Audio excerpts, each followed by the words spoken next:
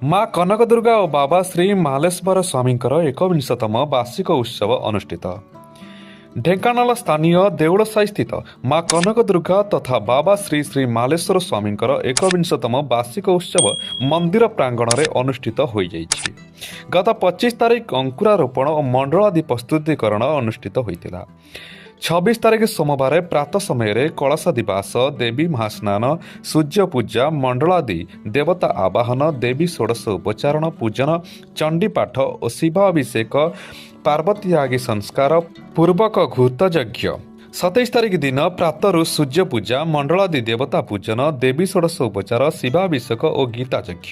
28 ତାରିଖ ବୁଧବାର ପ୍ରାପ୍ତ ସୂର୍ଯ୍ୟ ପୂଜା, ମଣ୍ଡଳାଦି ଦେବତା ପୂଜନ, ଦେବୀ ଷୋଡ଼ଶ ଉପଚାର, ଶିବାଭିଷେକ, ଚଣ୍ଡୀ ଯଜ୍ଞ ଓ ମଧ୍ୟାହ୍ନରେ ପ୍ରସାଦ ସେବନ ପରେ ରାତ୍ର 8 ଘଣ୍ଟିକାରେ ପୂର୍ଣ୍ଣାହୁତି ଅନୁଷ୍ଠିତ ହୋଇଥିଲା।